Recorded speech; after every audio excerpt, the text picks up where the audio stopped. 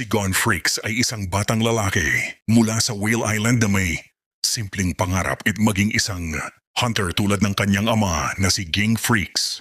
Mula pagkabata, akala niya ay patay na ang ama niya. Pero nang malaman niyang buhay ito at isa sa pinakamagaling na hunter sa mundo, nagpa siya si Gon na sundan ang kanyang mga yapak. Sa hunter exam, nakilala niya sina Kilua, Kurapika at Leorio na naging matatalik niyang kaibigan at kasama sa maraming laban.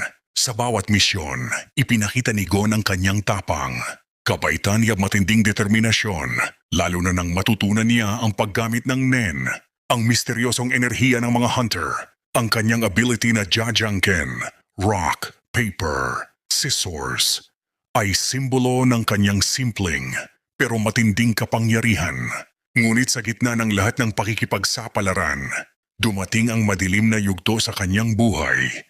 Nang mamatay ang kanyang kaibigan na si Kite sa kamay ng halimaw na si Neferpitu, dahil sa labis na galit at pagkadismaya, isinakripisyo ni Gon ang lahat.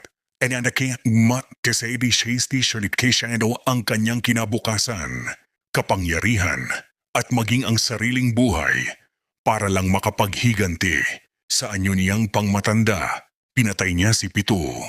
Ngunit kapalit noon ay halos mamatay din siya. Sa bandang huli, nang muli siyang makabangon at makaharap ang kanyang ama, natutunan niyang hindi sa paghihiganti na susukat ang tunay na lakas, kundi sa kakayahang patawarin ang sarili at ipagpatuloy ang paglalakbay.